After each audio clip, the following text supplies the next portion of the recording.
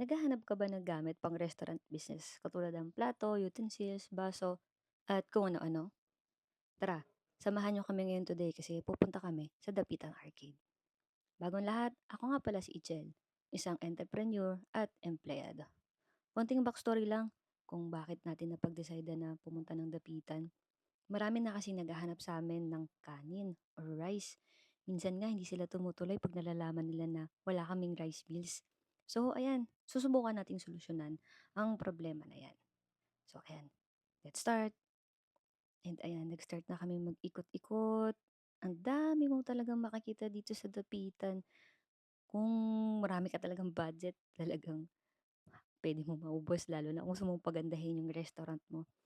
Pero ayan, nagsimula na magtanong ng presyo at kung ano yung matibay. Ayan, ikot-ikot lang. So siguro magandang tip bago ka pumunta dito, medyo decided ka na kung ano yung team na gusto mo para hindi ka maguguluhan. Kasi sobrang dami ng options at syempre si Madam hindi talaga makapagpigil at talagang nag-ikot-ikot pa. Ang daming tinatanong. Pero ayan, halos nabili naman na namin today yung mga kailangan namin. Kaya sabi ko, tara, umuwi na tayo at mag-food trip na lang tayo. Pero bakit nakita namin yung alkansya na baboy, sabi ko sa pamangkin ko, bilhin natin, bigay natin sa kapatid mo.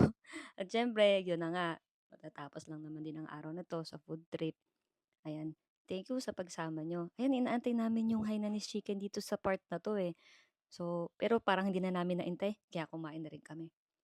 Thank you sa pagsama and huwag niyong kalimutan, magkakaroon na tayo ng rice meals at kaabang-abang yan sa Bien's Pizza.